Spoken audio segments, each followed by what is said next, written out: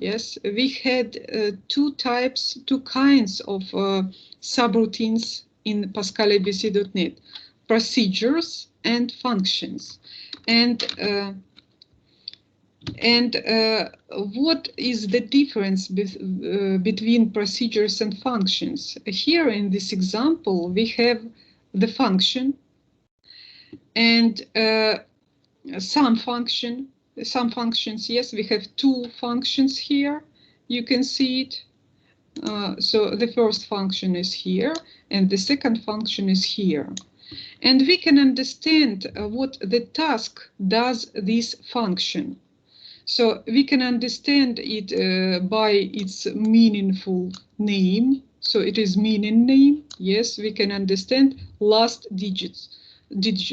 So we can understand that it will return the last digit of the number.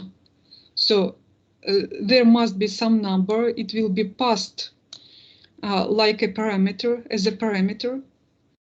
It will be passed some number, for example, 23. And inside this procedure function, it is function. The result means the variable that will accept the result of the function, the result of the task. So x23 modulo 10, it will be just three number, yes, 3 digit. So it will return 3. 3, it is integer type. So we must put here integer. It means that function will return integer type, integer value, yes. So the difference between the procedure, it differs from the procedure that we must type the result of the function. We didn't have it in procedure, but we have it in function. Function must return some result, and we must put here the type of this result.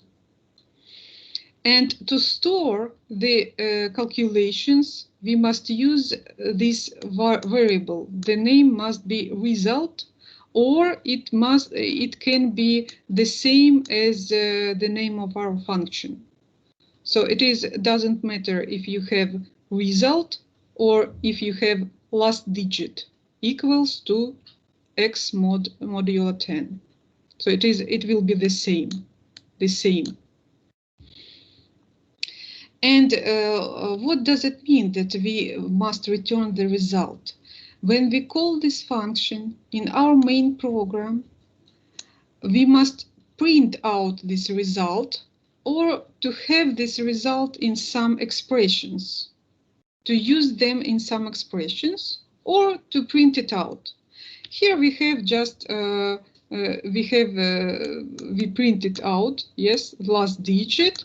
It will return number 3, for example, and it will be printed out, number 3. And the second function we have here, num without last digit. So it's also meaningful meaning name, and it is very convenient to use meaning name because we understand what will do this function. And it will return integer, and we must store the results of these calculations inside this variable result, or it may be this name of this function. And what we do, we divide x by 10 without reminder. Yes, so it will be, if we have here, for example, 23 also, it will be just 2. Yes, the result will be 2. 3 will be just without 3, because x div 10, it will be just 2. And this result will be returned to our main program, and we will have here 2, and it will be printed out. So when we have the procedure, we don't need to print the result. because usually procedure prints it inside its body. It prints out some results, usually procedure. But it is not so with function. The function must return some result, and we must to print it out inside our main program. Okay, so it's the differences between procedure and functions, and we have some examples here. And also here we see the short definitions, of function. We can do this way if the function, the body of the function, consists only of one line. So here we can do it because here we must understand if the parameter is even or not. So if it is not even, this expression will return false, because it will be not true. Yes, it will be false if it is not even. But if it is even, so it will return true. And it is only one line here. And we don't need to use begin and end for the function, because we have only one line, and we can make it, we can put it just at the same line as we have function definition. So we must put function keyword, then we have the name of our function, then we have some parameter here, yes, and then we can assign set to some result, just without begin and end, without body of the function. Yes, we put this result, and the function will return Boolean type, logical type. It will return true or false. It will be depends on x. Yes, if x is even, it will return true. If x is odd, it will return false. And the same we have in line number 2, but it's opposite situation, when we must return true if the number, past number, is odd. So it will return true because it is not even. Even it is standard function. We have standard functions, and here we use it even, and we have the same for odd. Yes. So we have this function and we can use it.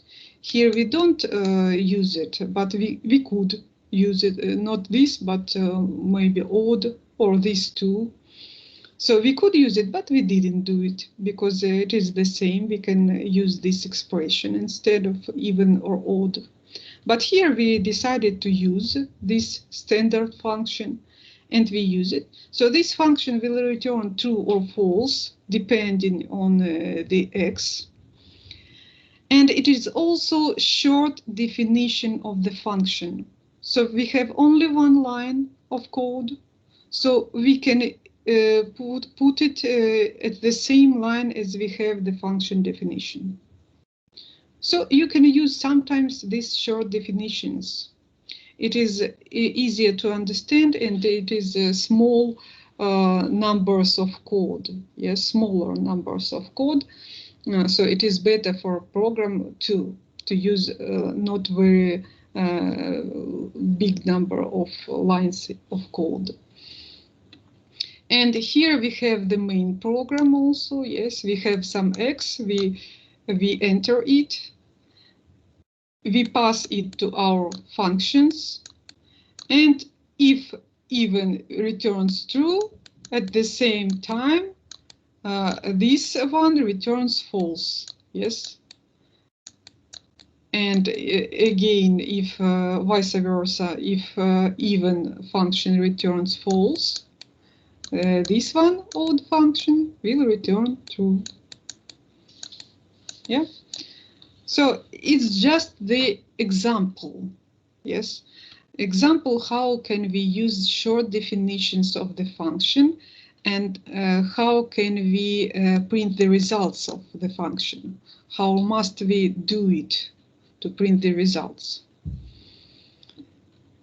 Okay, so it's one more example and another example. Here we have the function. We see it, the declaration, the definition in the first line of the code. We see the function, its name is season name, and we have one parameter. It is input parameter. So we are going to access some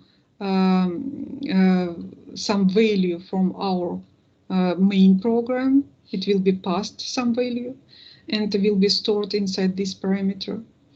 And function will return string type of value, value of string type. Yes, so it will make something, it will do something inside its body and will return string, not number, not integer, not real, not boolean, but string. So let's see what we have inside this function. It has a body, and here we use case statement to check the season parameter, season variable. And what we have, if season, it is integer, so it will be some number. If season equals to 1, so we will store inside the result of the function, result variable to store the result of the function, we will have winter. So winter is number 1 from our seasons. If we have 2 in seasons inside it, we will return spring. Winter, spring, it's a string, so it's words, text, so it will be of string type. Yes, string type.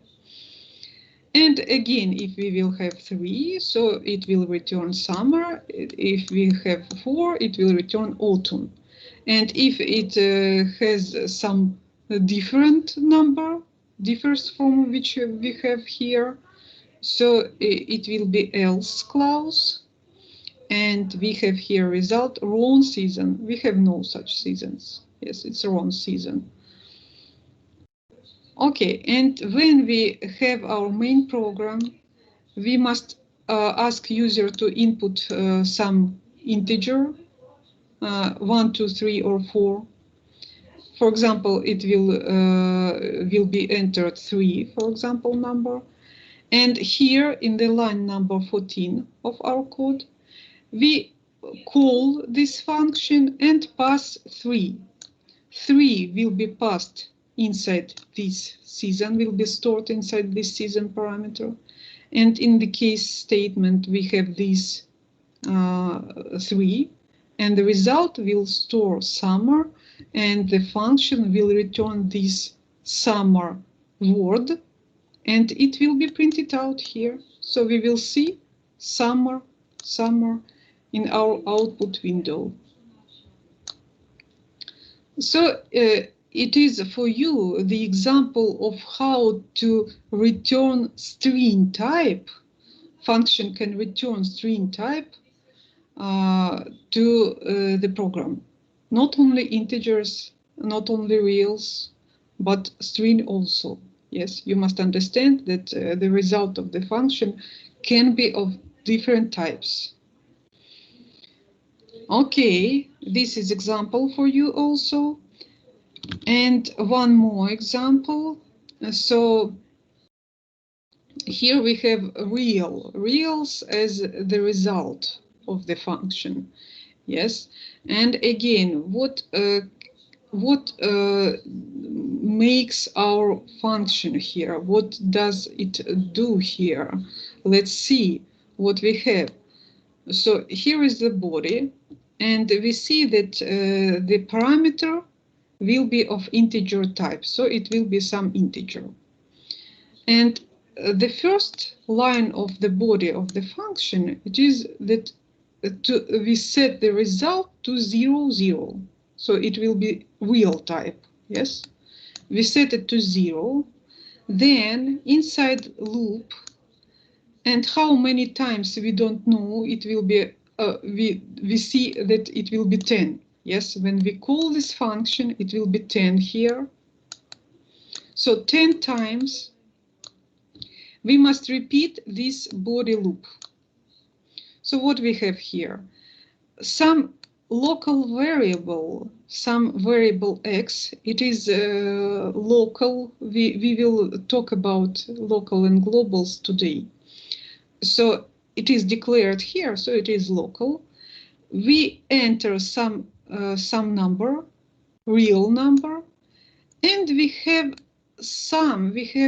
addition of the entered numbers. So it will be repeated, and we must input 10 numbers. We must store them. Each iteration we will store them inside this x variable, and each iteration we will add them to result. So 10 times we will add some variables, some values of variables we are entering. Yes, and when we stop this loop, when we finish this loop, we will have the sum, so the addition of 10 entered real numbers. And it will be returned to our program, main program, and this result will be printed out to our console, not console, but output window. Yeah. So this is example for you just to understand that a function can return also real type. So we have integer type, we had the example of integer type, we had the example of Boolean type, true or false, and we had the example of string type, and now we have the example of real type. Okay. One more example. Let's see it. Let's look at it. So we have function min_n. So meaningful name. So we can understand that it will find some minimum among some numbers. Yes. And n is the parameter of integer type. So it will be some integer here, and it will be passed from our main program. And the function calculates something, finds something, and return real type. So the value, the result of the function will be of real type. And let's look what we have inside this body of the function. We have some local variable mean, and the first value for this variable, it is the very big number, the maximum number among reals, among every real, so among reals, yes, it's the maximum. We must do it. It's just like a rule. So before the loop, we must assign some very big number, and here we have maximum number among real numbers. And we must store it inside our min variable. And inside the loop, it will be n repetitions of the loop. So it will be 10 we see, yes, because 10 will be passed in here. And 10 times we need to ask user to enter real number, and we store it inside x. And then we must check if x is less than minimum. It is if it is smaller than minimum. So we must minimum set to x. And after we read 10 of these numbers and we make this checking, after it we will have the minimum number, the smallest number inside this min variable. And after the loop, we must assign this variable to result. So result is set to minimum because our function must return this minimum to the main program. So this minimum, it is real type, yes, real type, and it will be returned here. And here we have in our output window, we will have some small number, the smallest among 10 entered numbers. Okay, so it is the example of the function which return real type and which finds a minimum among n numbers. Okay, and here we have the example of how to find a greater common divisor, but we had it, we looked at the same program, but we didn't use function. And here we have the function, how to do the same program. It was, as I remember, it was the lesson number 6 or 7th. I don't remember exactly, but we had this program without function. So we must make a shift, yes. We must make the shift, the values between the variables.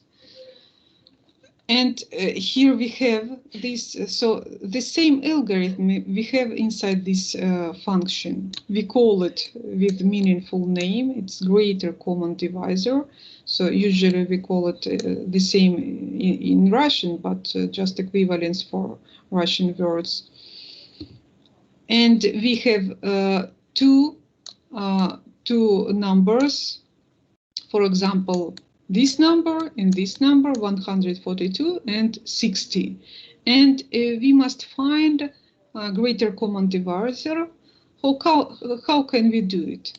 We have repeat loop, and we must check the A modulo B.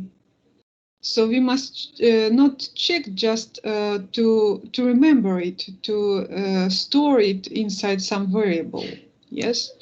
Then we must print it out. We can print it out just to see the results.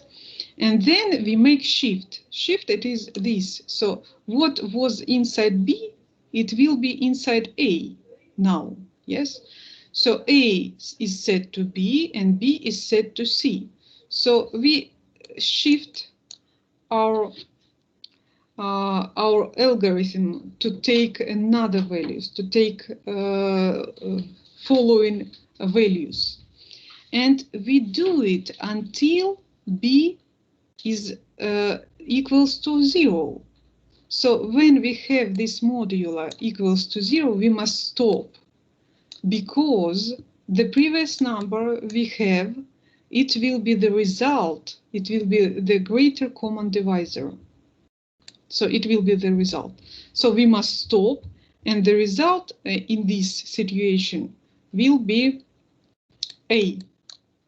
But here we have some kind of not usual function, because it doesn't return anything, but it prints out the result.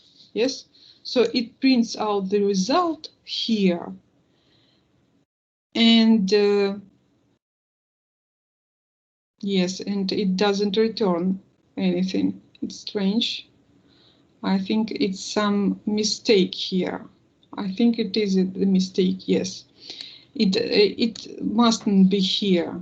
I think it is the mistake, because it was just copied from the procedure or copied from the program without function.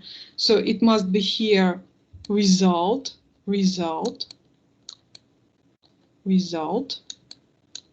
is set to A. Is set to A. Yes. So it will return some result here, and we are going to print it out in our main program, not inside function, but in our main program, because function will return this integer type. Yes, function will return it, and here we have the result, and we must print it out. So I'm sorry, it was the mistake here. Okay, so it's the example of how to find a greater common divisor. And one more example. We had it just as usual program without functions. And we must find we must understand if the entered number is prime or not. And this function, we see, it will return true or false. It is Boolean type, yes? So it will return true or false. And at the very beginning of the function, we set result to true. And then inside this loop, we have the algorithm to find, to understand if entered number is really prime, or if it is not, we must set result to false. So we have some algorithm here, and we have here n is a prime number if it can only be divided by 1 and itself. So here we must, but we use here another short solution when we must check not up to this number itself, but we must check each number up to square root of n. So it will be correct too. It will be correct, and it will be shorter version of this solution of this algorithm proposed here. So the same, we must check if n is divided by numbers. If it is divided, so it will be not prime, because the prime number is divided only by 1 and by itself, yes? And we have it here, so if n is divided by 0 without remainder, so result will be false. So we will return here false. It is not prime. It is not prime, yes? And we don't need to check all the repetitions of the loop. If we find some number, we must break out of the loop, because we don't need to do it anymore, to repeat it anymore.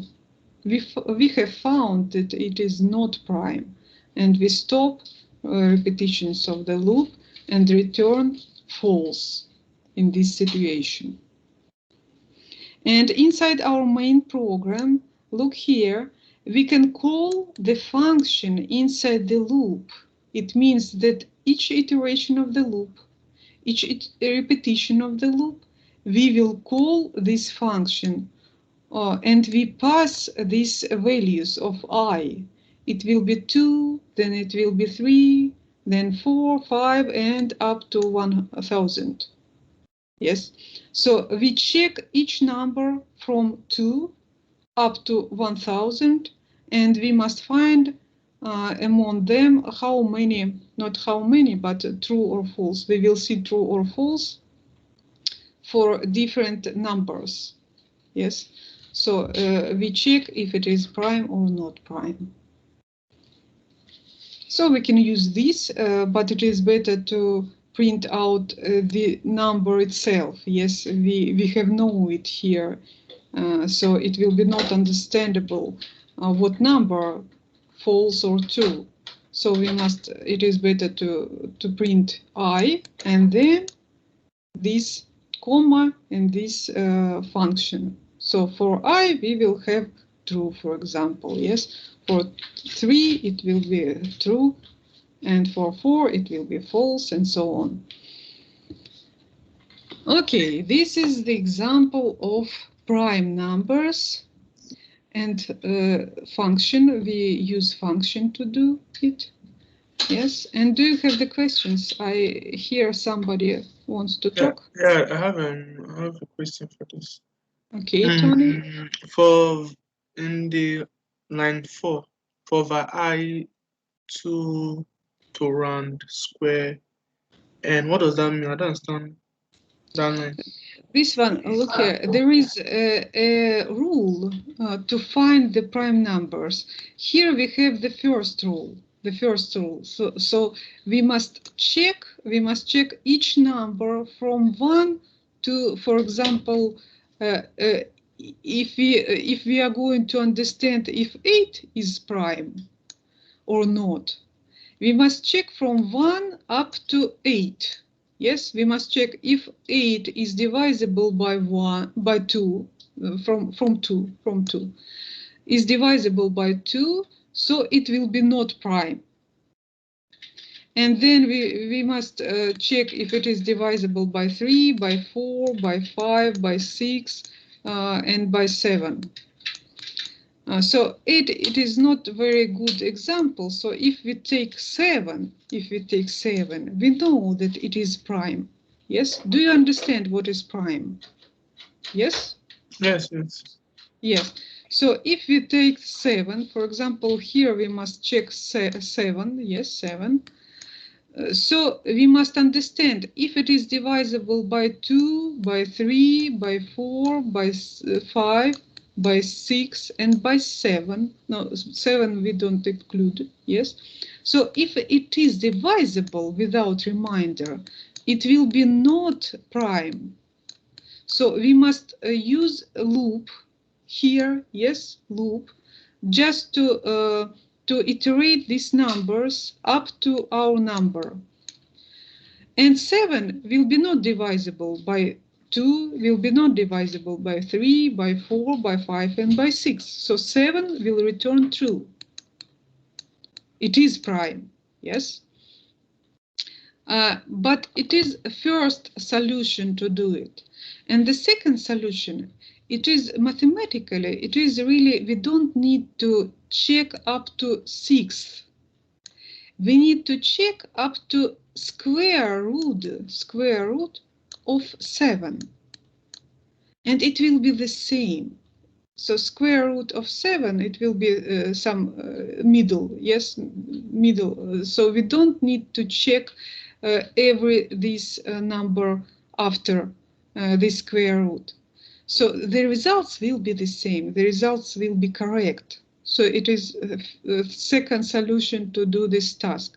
And because of it, we need to use the square root of n. And we must round it because the I is integer type. Yes, it must be rounded. So we must check each number up to square root of number we are checking.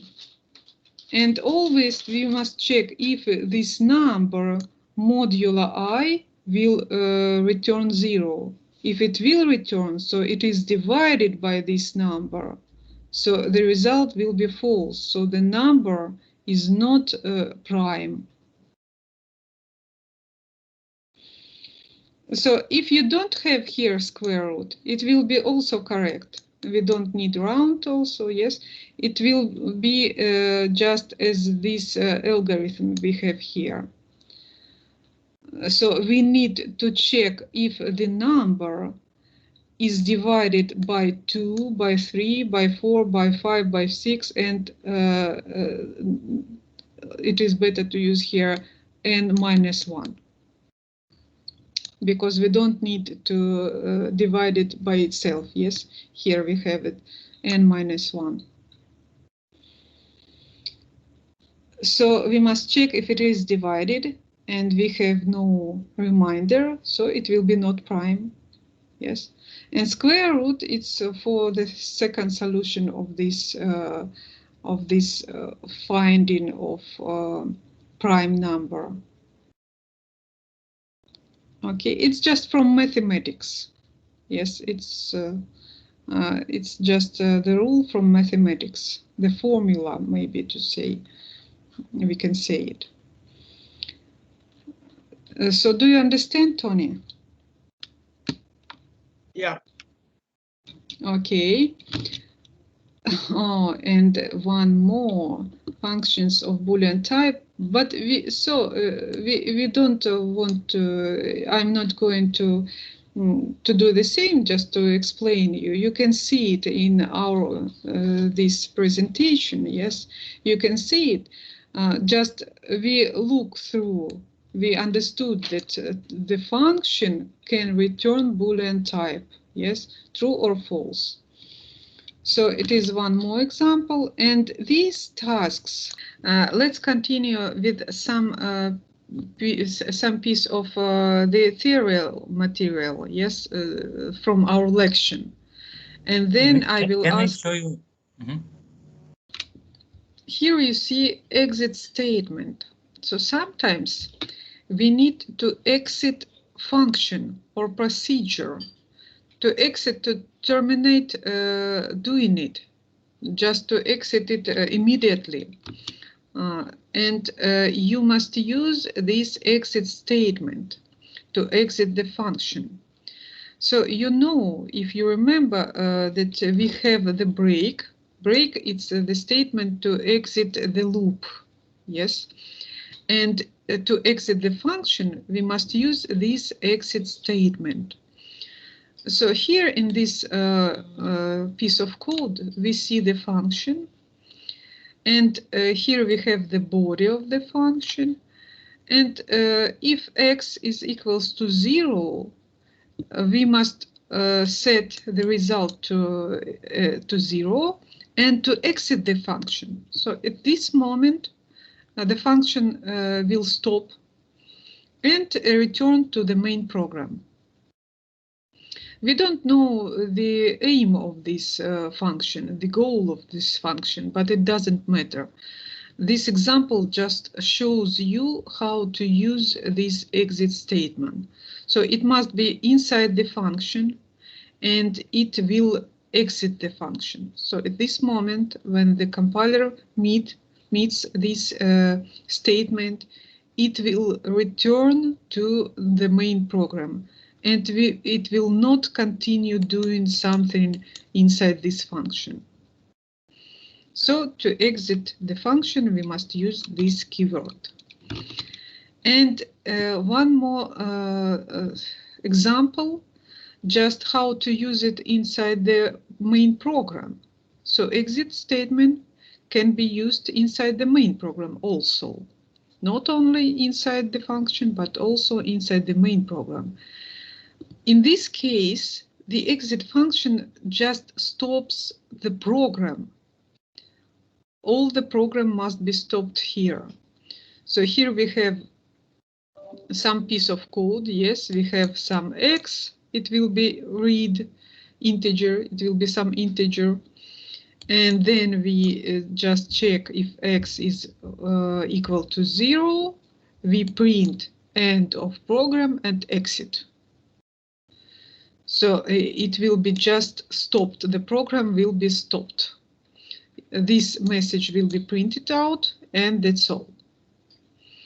And there will be no errors, no exceptions, just stop the program.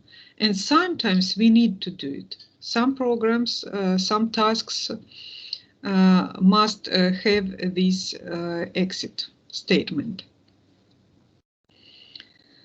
Okay, so just remember that you have this statement, you have this keyword to exit the program and to exit the function. And now we just some more material about local and global variables. So you must understand that the variables can be local or global. Global, it means that the variables must be declared inside main program or before main program. Look here in this example, look at this example, and we have here the program, main program. It starts from line number 8 and till line number 10. It is main program, yes? Here we have the procedure, and before the procedure, just the very first line of our code, we have the declarations of two variables. The declarations, and at the same time we set it to some value, A and B. So these variables are global. It means that the whole program, the whole code of the program, in each line of our program, compiler will see these variables and it will see the values of these variables in each line of our program. But sometimes we need to have local variables. What does it mean? The variable is local inside some begin and end bounds. So here we have begin and end, and it is this is the body of our procedure. And inside them we have the definition of a variable. And it is set to 1. So we can say that it is the local scope for this variable, yes, and A, it is the local variable inside this scope. And when we set it to 1, we must understand that compiler will see this value only inside this scope, only inside it. It will see that A is set to 1 because the variable is declared inside this scope. And when the compiler, for example, at line number 9, and it will not see this variable, this value of the variable. It will see only global variable and global value of the variable. So just one more thing, how does it work inside our memory? Just for you, one more time to understand it more clearly.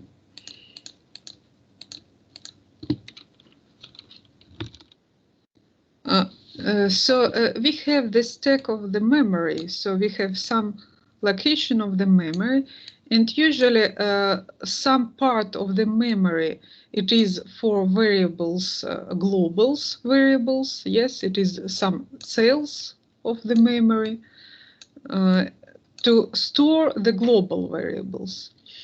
And then we run this program. The compiler sees the global variables. It understands that the first name of the variable is A. So the first cell, it will be called A. And it will be set to 3.14. 3.14. And then we have the variable B. It will be also global variable. So the next cell will be B. And inside it will be the value false. It will be a Boolean value, but we will put it here, false. And then we have some procedure, yes. And the name of the procedure, really, it is also inside global variables. So it is the name of the procedure, and it maybe does something. We don't know yet what it will do. And another part of our program, let's make it here. Maybe it is not correct, but let's make it here. It is for local variables.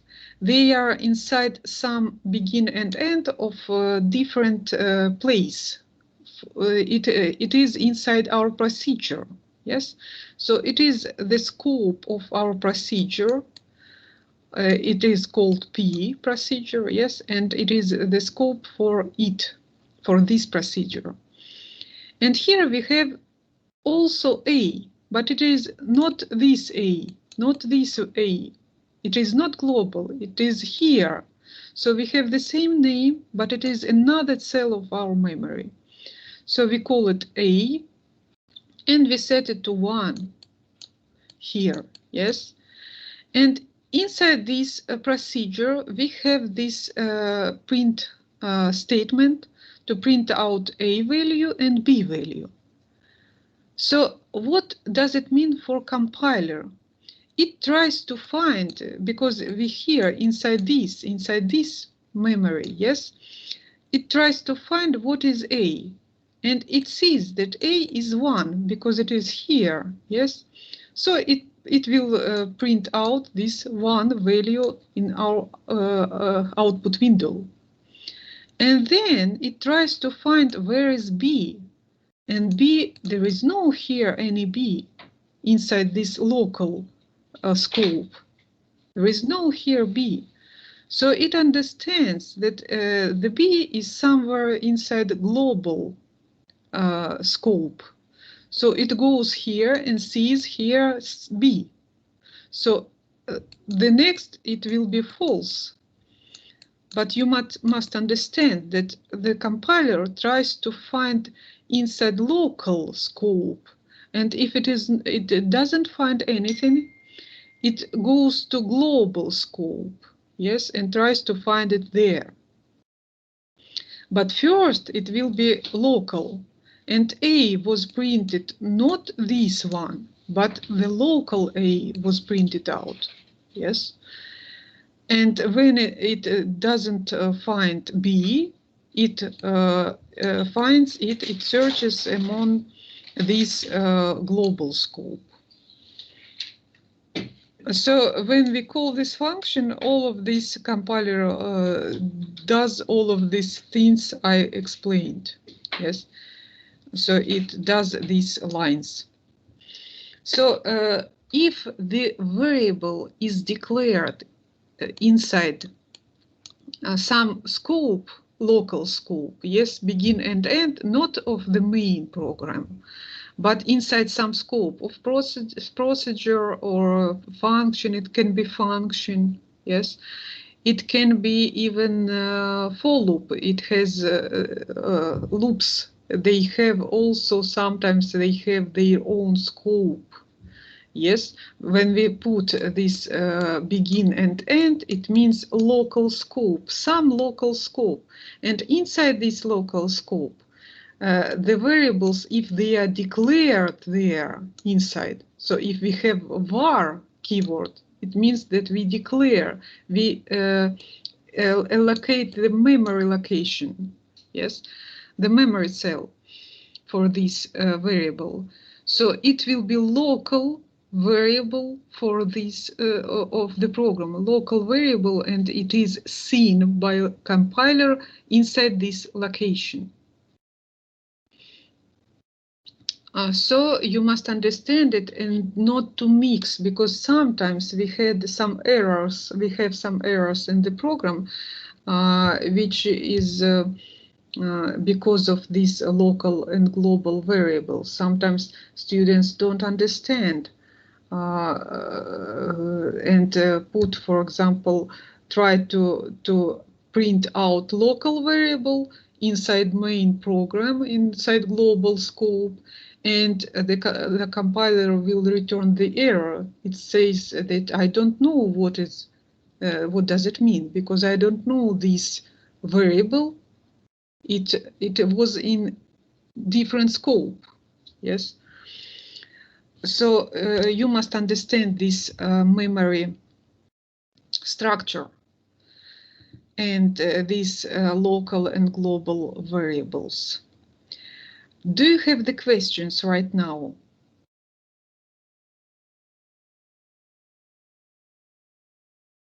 No questions? Yes, so we must continue. And we have so-called side effect or effect. How does I pronounce it? I don't know. I think it is effect, yes? Side effect. So it is a bad effect. So something bad in our program, and we call it side effect, and let's try to understand what does it mean. For example, we have here the program, and we have a variable. Is it global or is it local? Tell me, please. Is it global variable or local? Somebody? Is a global. Global, yes, it is global because it's declared before the program or inside the main program, yes? So it is global, yes, it is global variable, correct. And we have some procedure here, we call it P, yes? And do you understand if this A is local or global? Tell me, please. This A is local or global?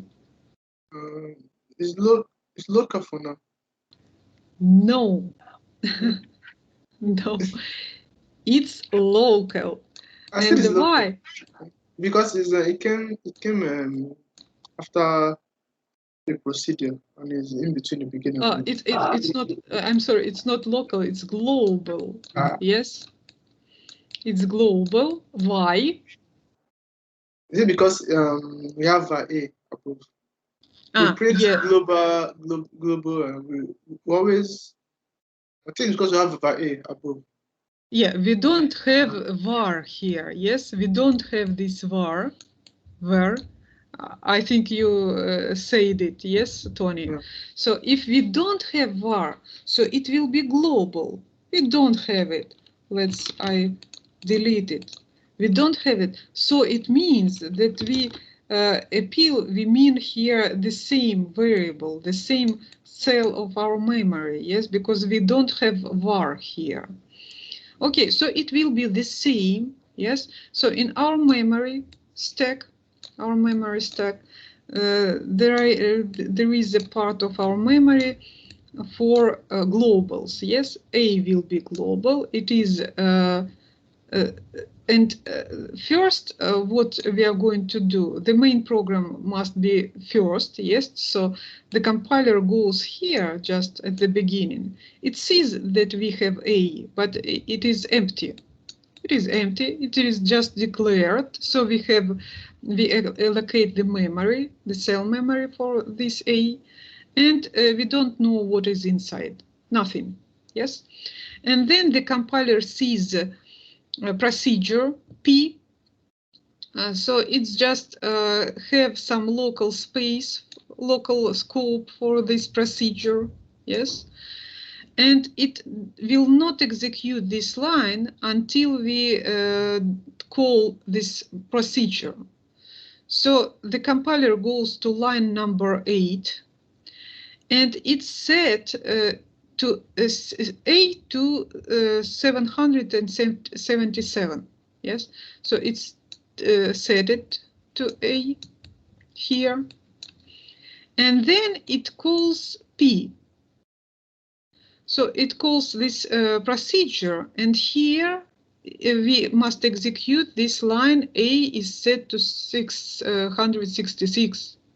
So we delete the previous value and we have new value, 666, because the compiler doesn't see anything inside this local scope. It doesn't see anything like A, and it goes here and tries to find here A, and it set it to new value, 666.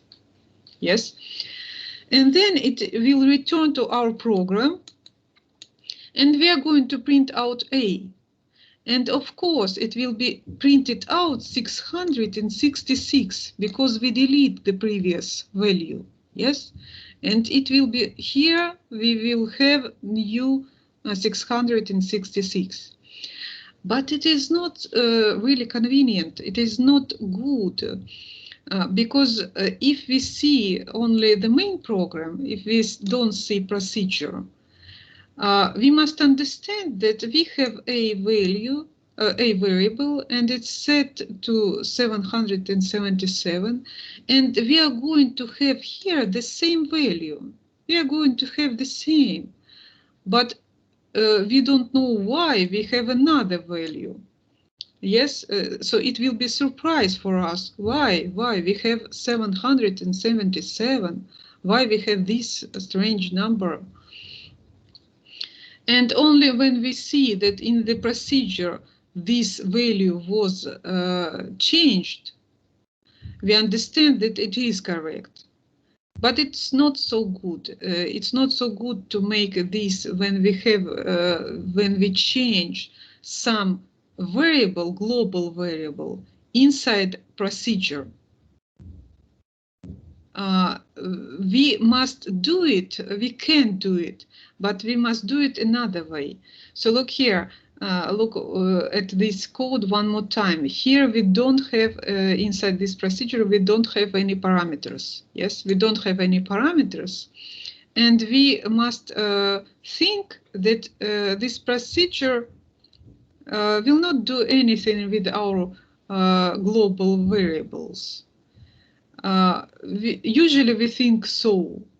So it mustn't do something with global variables because it has no parameters. So we are not going to change something inside these global parameters. And it is not very good. So there will be no any errors inside this program, but it's not good. And we call it side effect. And how to do it correctly, how to do it without this side effect. The same thing we can do another way. So the result, if you see this result, will be the same. So it will be changed, yes? So it was global variable, A is global also, and we set it to 777. And then we call our procedure, but here we must think that this variable can be changed inside procedure, especially when we see that the variable, the parameter here, it is output parameter. Output parameter. It means that it will return something new to this variable, yes? Something new. It will be returned and saved and stored inside this A variable. So we expect it.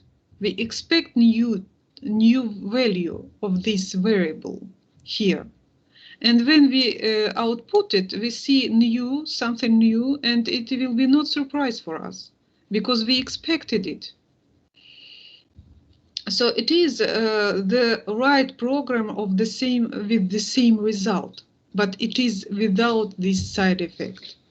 So we must use the parameter. We must use this parameter, and it will be out parameter. So we must have keyword var here, yes. And when we call this procedure, we expect that this parameter will be changed. And it will be no surprise for us to have a new value for this variable. So you must do it this way. You must use the parameter to change the global variable. Let's return to this one.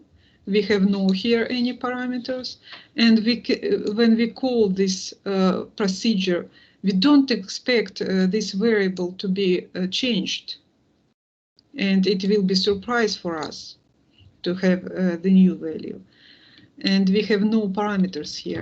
But when we have the parameter, so it will be no surprise, and we are going to change something inside this A variable. So try to understand it and to use it in your programs. But if you do it this way, the previous way, there will be no errors, but it is not good. It is not a good style of programming. Yes, just remember it. Okay, so it's about side effect, and one more thing I'm going to explain you, and after these explanations you will show me, and you will continue your task, and you will show me your problems or your questions, okay? But we need to understand this topic too. I just mentioned it about it in our previous lesson, but it was just a small information. Now I want you to understand a bit more. So you must use this assert statement to check if the input values are correct.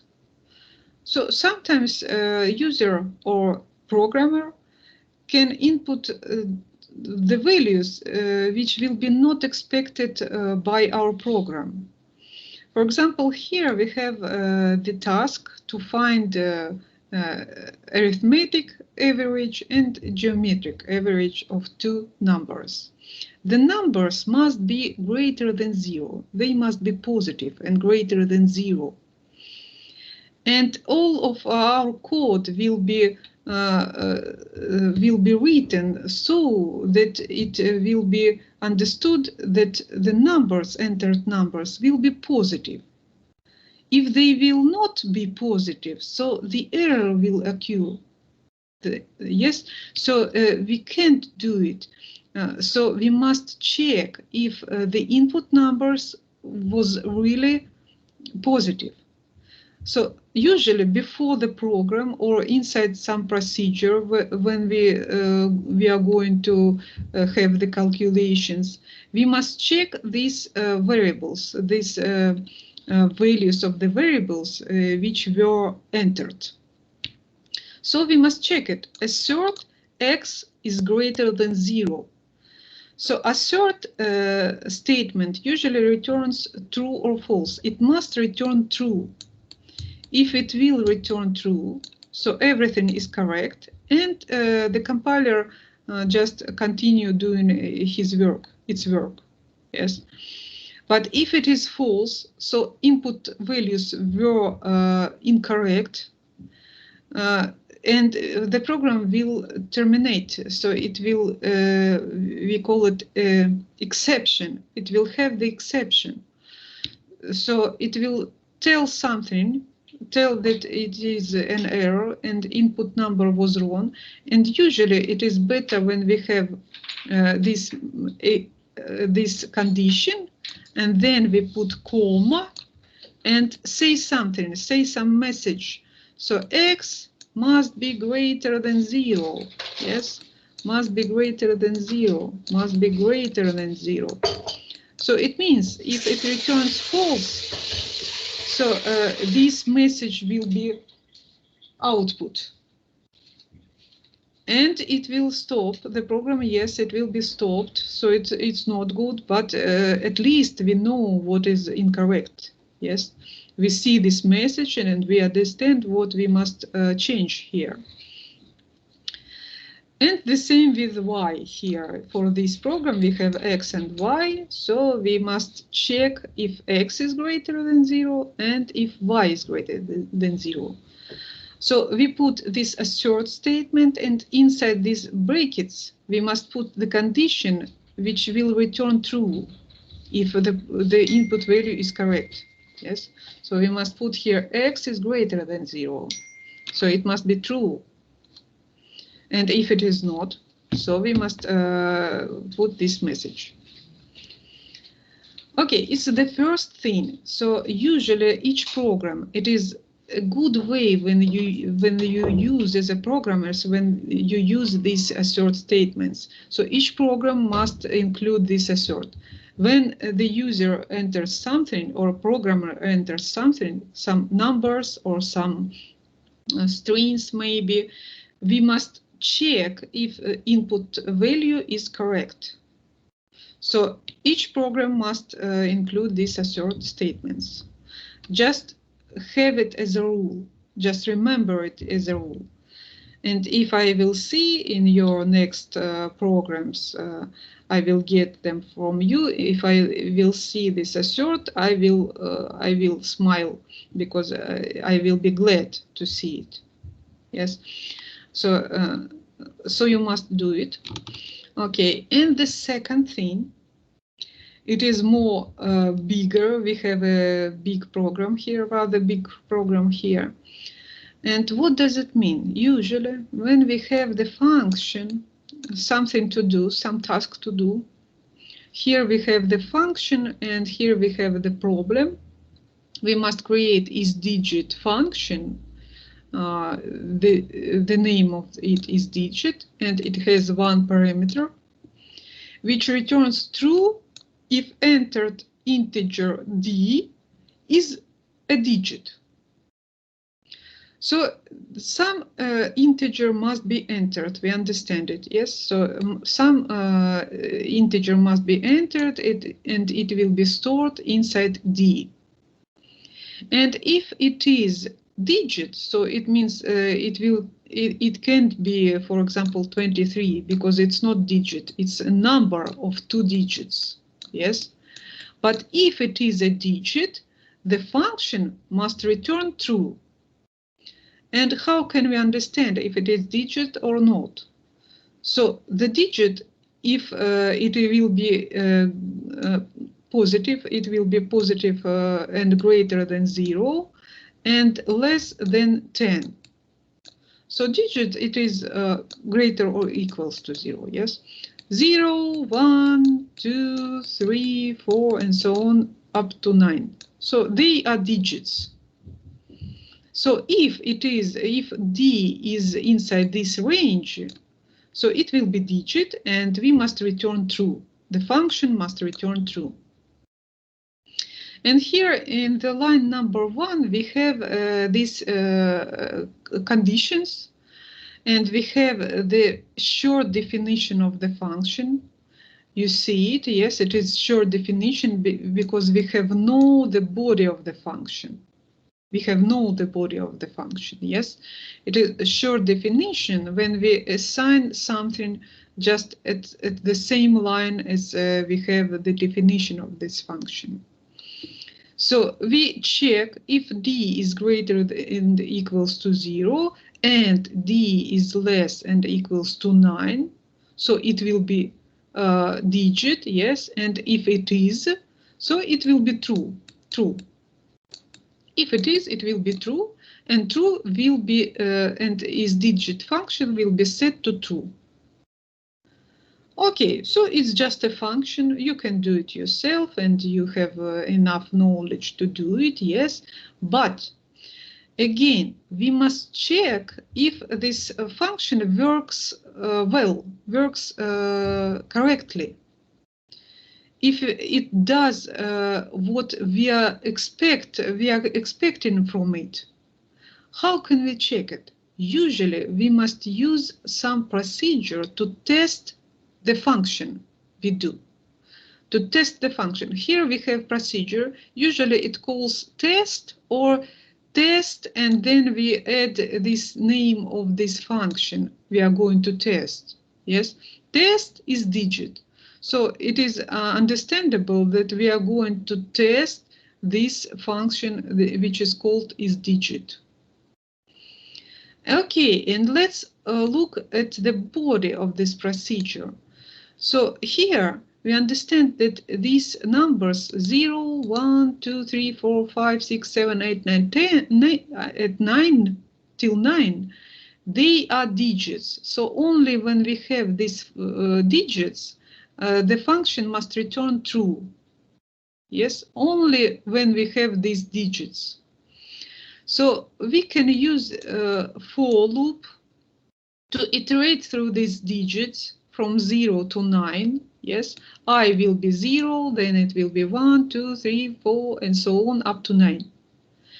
And we use this assert statement to understand if isDigit function, when we pass it these numbers from 0 to 9, returns true, it will be correct. Yes, so we must put here condition which is correct. So the function works well, works correctly when we have this true for these numbers, for these digits. But if it will not true, if it will false, we understand there's something wrong with this function, with these calculations or with the body of this function. And we must put some message. And here we have incorrect function algorithm. So something wrong in this algorithm inside this function. So always when we have some function inside our program, we must have some procedure to test this function, if it is correct or not correct. And inside our main program, we have it beginning from line number 8. The first thing to do, we must call this procedure, just to understand if our function is correct or not correct. If it is not correct, So we will have this message and we don't need to continue because it is not correct. Something wrong with our calculations. We as programmers, we did some mistakes here. So we need to check them, to find them and to change our program. But if it is correct, if everything is correct, so assert statement returns true, if it returns true, so it will be everything correct. So we must continue to do our program. Yes, and here we have var n, it will be entered. Then we must check input value, input validation. Yes, if n is greater than and equals to 0, so we must put it here also. Just input validation must be inside main program usually. And then we must call this procedure. We must call it. We must call our function. I'm sorry, our function inside some for loop, just to check if these numbers, we have n numbers entered. Yes, for example, 10 numbers will be entered. And we must check if the number is digit or not. And we must call this function. And we know that it will be correct because we did this test. We tested it, yes, and it was correct. So everything will be okay with our results. We don't need to check our output window and to see if it is correct or not correct because we did it already inside our program. Okay, so your next, your following tests or tasks will be connected with these procedures to test your functions. So the following tasks you will do, you will have some function to do some tasks, but to have the program correct. To have it correct, you must add the procedure to test your function. So inside each program, following program, you will have this kind of procedure to test your functions. So it will be tasks from set. You can do number 7, all right. Okay, so let's do it together. Yes, number 7, I will share my screen, and Tony and other students who doesn't understand or maybe something they don't understand, so let's do it together. So we have this task. We must open the code of solution of task number 1 and add a procedure to test the function we had there, to test it and to understand if it is correct or not correct. And we must call this procedure inside this main function, this main program, and check the output. And here we have a piece of code, and we have this procedure. So we don't need to do something because we have it here. We have the tips just for you to understand how to do it. So let's copy this. We can copy this code and we can put it to our program. But you must understand that it is the procedure for testing the find min max function. So we had it inside task number 1. So it is better if you find task number 1, you did it. For example, I will open the Andrews task number 1. I have it here. As I understand, it is here, task number 1, it is Andrews. So its function, it is Andrews function, and I think it is correct because I checked it already. So the function must be copied to our new program, yes? And it must be before the procedure. it is important. The function to do our task must be before the procedure. So here inside this function, we found the minimum, so the least among three numbers. Yes, it was three numbers, they were entered, and we find minimum. And here we had the local variable to store this minimum. And here we checked if b is less than minimum, so minimum will be b, and so on. And the function, which is called mean, will return this value. So it will be the least number of three numbers, among three numbers. Okay, and inside our main program, here we have the main program.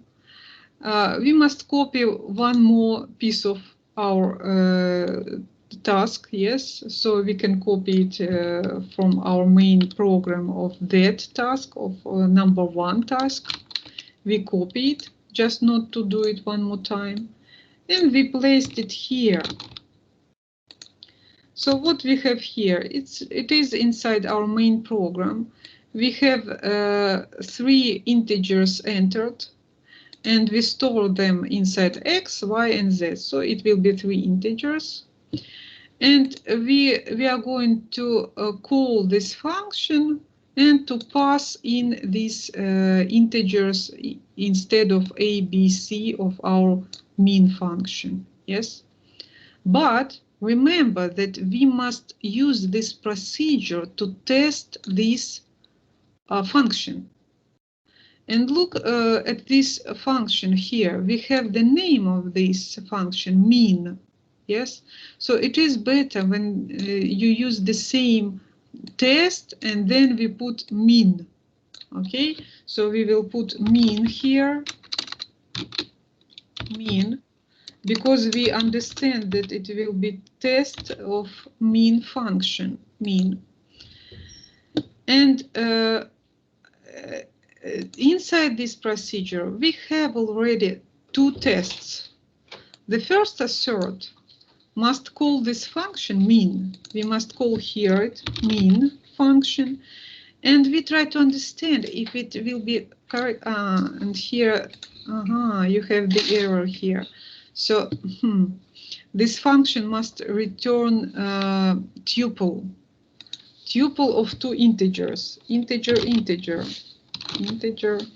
You did it incorrect. Integer and integer, because it will be tuple. So two values must return this function, minimum and maximum. Yes, so you must find here the maximum also. So let's do it the same. I don't want to use else statements. We will do it the same, just minimum and maximum for maximum. Maximum is equal to a if b is greater than maximum. So maximum will be set to b. Else if c is less than maximum, or is greater than maximum, then maximum will be set to c. And the result will be set to minimum and maximum. So we have two results, and we store them as tuple. So we call it tuple, yes. So we will store it inside this variable, is inside this function of tuple type. Okay, and here we can check. We have two tests to check if this function, if we try to pass in 4, 1, and 5, the 1 will be least, the minimum, and 5 will be the greatest, the biggest. Yes, so it will be maximum. So if it will return these numbers, it will be correct. Yes, so it will return true, it is correct. If it doesn't return for these numbers true, so something wrong with our algorithm, something wrong with this function, mean function. Yes, because it must return these numbers if we have these inputs. And the second test, mean, if we have these numbers, -5, 505, so the smallest will be -5 and the biggest will be 500.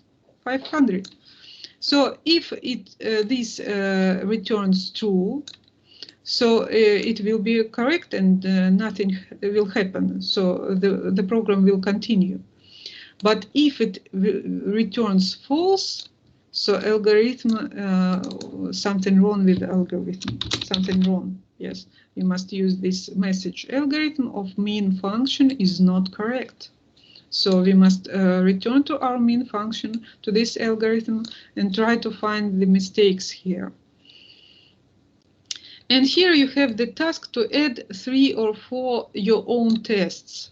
So you must just imagine some situations. Imagine that we pass in some numbers. You can use different numbers, whatever you want, but it is better to use something really when we can expect some problems. For example, here I put -5 because if this algorithm works correctly with negative numbers, we must check it, yes? So we must put minus, for example, or something with 0 maybe. Mean, let's put it 0 and, for example, 15 and 5. So, and then you must understand what will be correct. The least, the smallest will be 0. So the first number from our function must be 0, and the biggest must be 15. So it will be correct.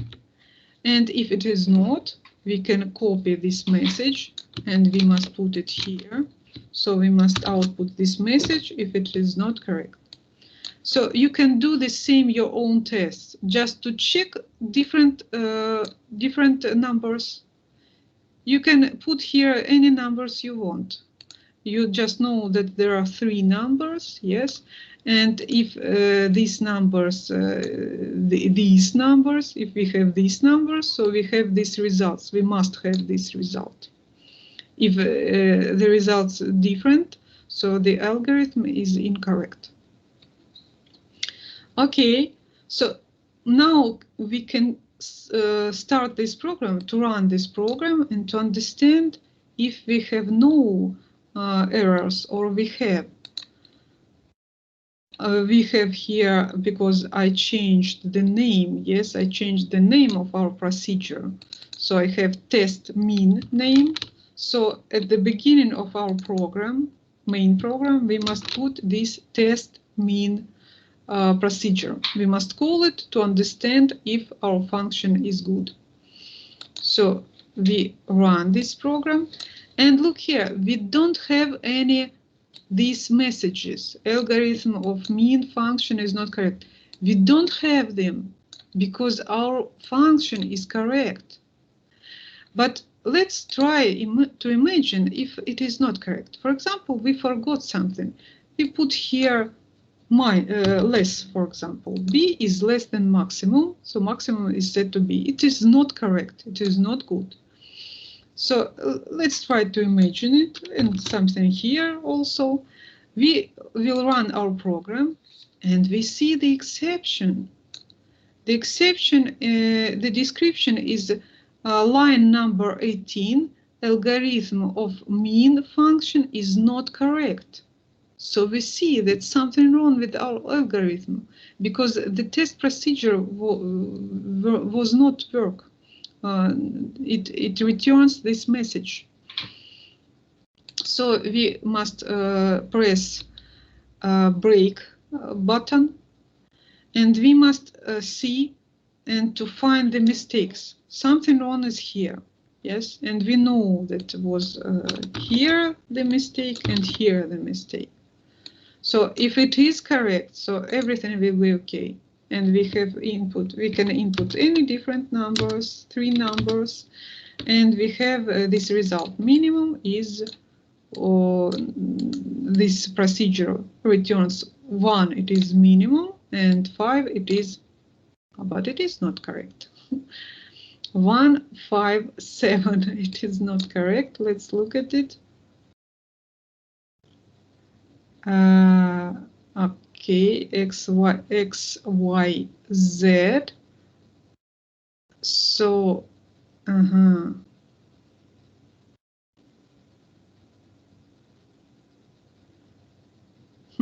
So, and no test, no one test returns this, yes, so it is incorrect.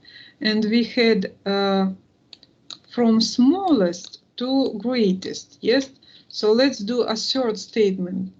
Assert statement when we have 3 numbers from the smallest to greatest. So, for example, 0, 1, and 5. So it must return 0 and 5, because 5 is the biggest and 0 is the smallest.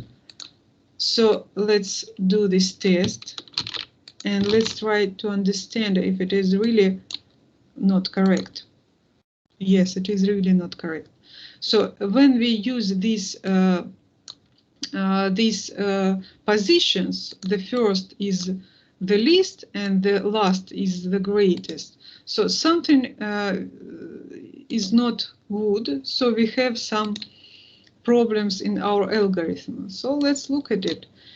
We have minimum and we have maximum, yes? So it is better to put it at the first line. So minimum and maximum, A is minimum and A is maximum just at first. But then we are going to change them. If B is less than minimum, then minimum is B. Else if C is less than minimum, then minimum is set to C. Yes.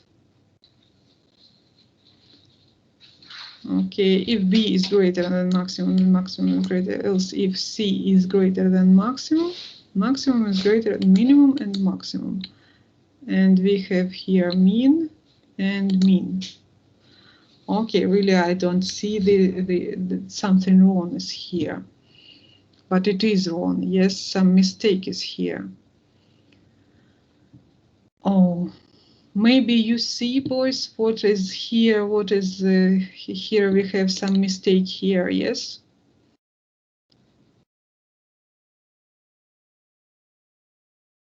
Mistake in the main body? I don't think so. So, do you see some line with the mistake? No, yes, we don't see the lines with mistake.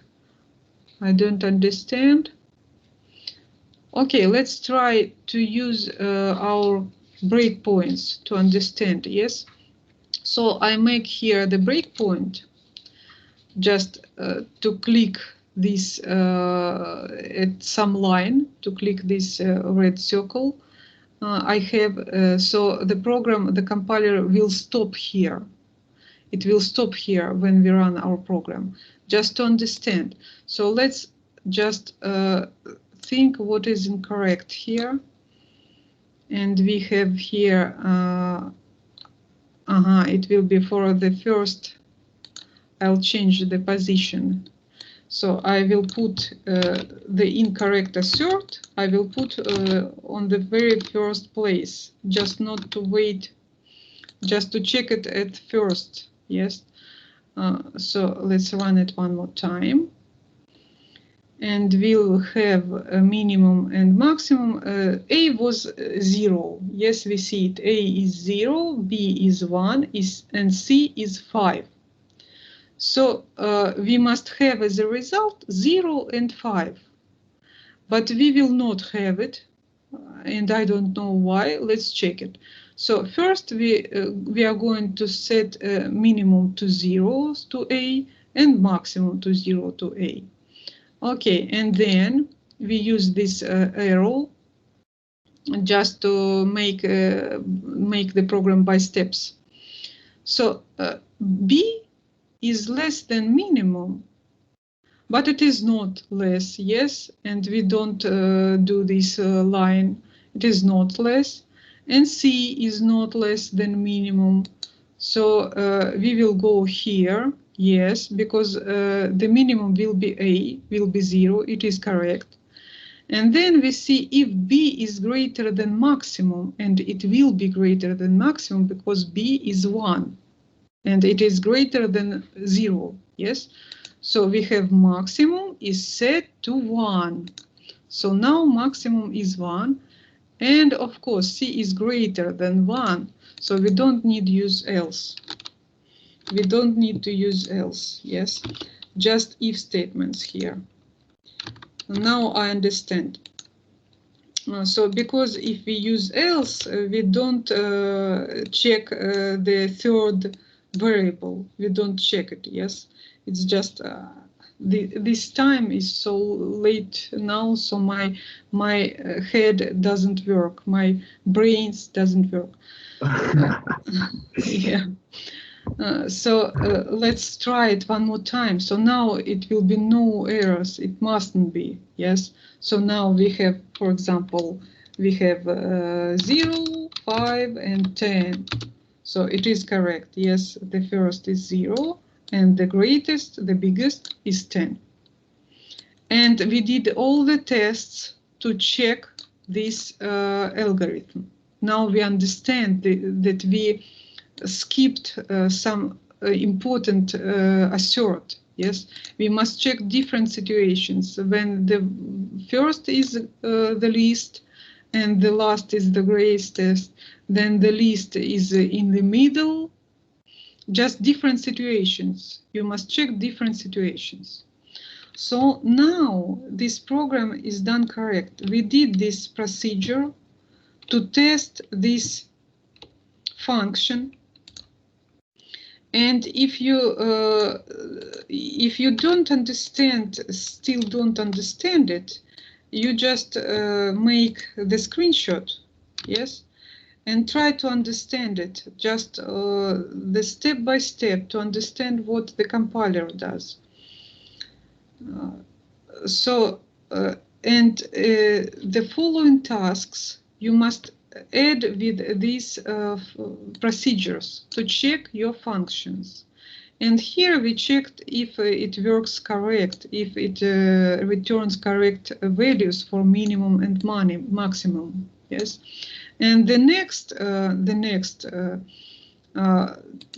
task, you will check something different.